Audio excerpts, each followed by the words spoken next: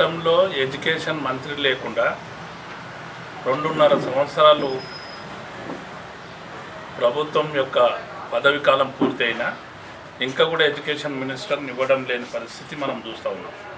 దానికి తోడు ఒక కమిషన్ ఏర్పాటు చేసి ఆ కమిషన్ ఇచ్చిన రిపోర్టు ద్వారా ఈరోజు తెలంగాణలో ఉన్న టీచర్స్ కానీ, రిటైర్డ్ టీచర్స్ కానీ, రిటైర్డ్ ఉద్యోగులు కానీ, ఇటు నిరుద్యోగులు కానీ అందరూ కూడా వాళ్ళ ఆత్మకు శోభించే తీరుగా, అంటే వాళ్ళు ఏదైతే భయభ్రాంతులకు గురిగా అయ్యే పరిస్థితిలో ఈరోజు ఆకునూరి మురళి గారి కమిషన్ రిపోర్ట్ ఉన్నది.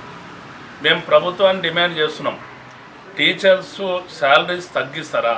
తగ్గిస్తే నీకు ధైర్యం ఉంటే ప్రకటించు, లేకుంటే నిరుద్యోగులకు ఉద్యోగాలు ఇవ్వవా దాన్ని కూడా ప్రకటించు. నిరుద్యోగ భృతి మేము ఉత్తనే అన్నామని చెప్పి ఇయ్యమంటే దాన్ని కూడా ప్రకటించమని మేము డిమాండ్ చేస్తున్నాం. ఏది ఏమైనా ఆకునూరి మురళి గారు ఏదైతే టీచర్స్ మీద చేసిన కామెంట్ ఏదైతే ఉందో ముఖ్యమంత్రి గారు సభలో ప్రకటించాలి. ఆయన బేషరతుగా ఆయన ప్రకటన ఇవ్వాలి. మేము ముఖ్యమంత్రి గారిని అనుకుంటాం, ఎడ్యుకేషన్ మినిస్టర్ కూడా దిక్కులేడు కాబట్టి ముఖ్యమంత్రి గారే ఎడ్యుకేషన్ మంత్రి కాబట్టి మేము ఆయనను డిమాండ్ చేస్తూ ఉన్నాం. ఆయన సభా వ్యవహారాలకు ఇన్ఛార్జే ఉన్న వ్యక్తి కాబట్టి ఆయనను మేము డిమాండ్ చేస్తూ ఉన్నాం. సభకు ఆయన నాయకుడు కాబట్టి సభ జరుగుతున్నది కాబట్టి అక్కడనే ప్రకటన ఇచ్చేసి ఆకునూరి మురళి ఇచ్చిన రిపోర్ట్లో ఏ అంశం కూడా మేము పరిగణలోకి తీసుకోవడం లేదు, ఆ రిపోర్టును మేము చెత్త కాగితం లెక్క తీసేస్తున్నాము అని చెప్పి ప్రకటన రావాలి. ఒకవేళ ప్రకటన రాలేదు అనుకో, రాకుంటే మాత్రం డెఫినెట్గా మేము కార్యాచరణ ఏర్పాటు చేసుకున్నాం. రేపెల్లుండి 2 జిల్లాలు హైదరాబాద్, మహబూబ్నగర్ జిల్లాలో కూడా మేము ప్రెస్ మీట్లు పెడుతున్నాం. అందరినీ మోటివేట్ చేస్తాం. మా ఆర్గనైజేషన్ తరఫున పెద్ద ఎత్తున ఉద్యమం చేస్తాం, హంగర్ స్ట్రైక్ చేస్తాం, ఎంతకైనా తెగిస్తాం. ముఖ్యమంత్రి గారిని అసెంబ్లీని కూడా ముట్టడించడానికి మేము వెనుకపోము. ఉద్యోగుల తరఫున, నిరుద్యోగుల తరఫున ఫైట్ చేయడానికి ఈ గ్రాడ్యుయేట్ అసోసియేషన్ ఉన్నది కాబట్టి పెద్ద ఎత్తున మేము ఈ ఎడ్యుకేషన్ విధానం లోపల కూడా వాళ్ళు పొందుపరిచిన అంశాలను కూడా మేము సవివరంగా స్టడీ చేయడం జరిగింది. దీని మీద మేము ఒక కమిటీ వేసుకుంటున్నాం. ఆ కమిటీ ద్వారా ఈ ఇచ్చిన కమిషన్ రిపోర్ట్ లోపల ఏవి మనకు పనికొస్తాయి, ఏవి పనికిరావు అనేది చూస్తే మొత్తం చెత్త కుప్పంగా ఆయన ఇవ్వడం జరిగింది. వాళ్ళు తిరిగిన ప్రభుత్వ ఖర్చులతో సహా అంతా కూడా వృధా అయింది కాబట్టి వాటన్నిటిని కూడా ప్రభుత్వం బేషరతుగా తీసేయాల్సిన అవసరం ఉన్నది. మేము ప్రధానంగా డిమాండ్ చేస్తున్నది ఏంటంటే ముఖ్యమంత్రి గారు ప్రకటన చేయాలి, నెంబర్ 1. నెంబర్ 2 ఏమంటున్నామంటే ఆకునూరి మురళి కమిషన్ ఏదైతే ఏర్పాటు చేసినామో ఆ కమిషన్నే రద్దుపరచాలని మేము చెప్తా ఉన్నాం.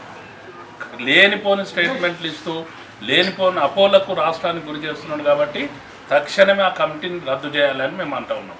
మేము ఇంకో విషయం ఏమంటున్నామంటే ఈరోజు మాటికి ముందు ముఖ్యమంత్రి కేసీఆర్ గారు ఉన్నప్పుడు ఏదైతే రివ్యూలు చేయలేరు అంటున్నాడు, రివ్యూలు చేయడానికి ఎడ్యుకేషన్ మంత్రిని పెట్టాడు.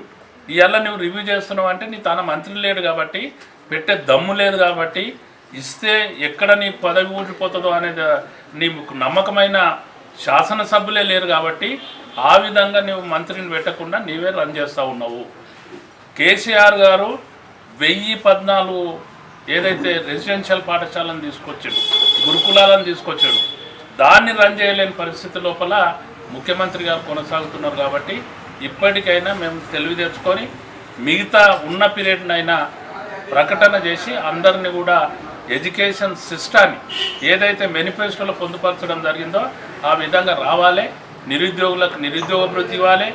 రిటైర్మెంట్ అయిన ఎంప్లాయీస్కి అందరికీ కూడా వాళ్ళకున్న బాకీలను అన్నింటినీ కూడా వాళ్ళకు తీర్చాలి. రిటైర్మెంట్ కాగానే వాళ్ళకి బెనిఫిట్స్ అన్నీ రావాలి. టీచర్స్ మీద ఏదైతే కామెంట్ చేయడం జరిగిందో దాన్ని బేషరతుగా వాపసు తీసుకోవాలి.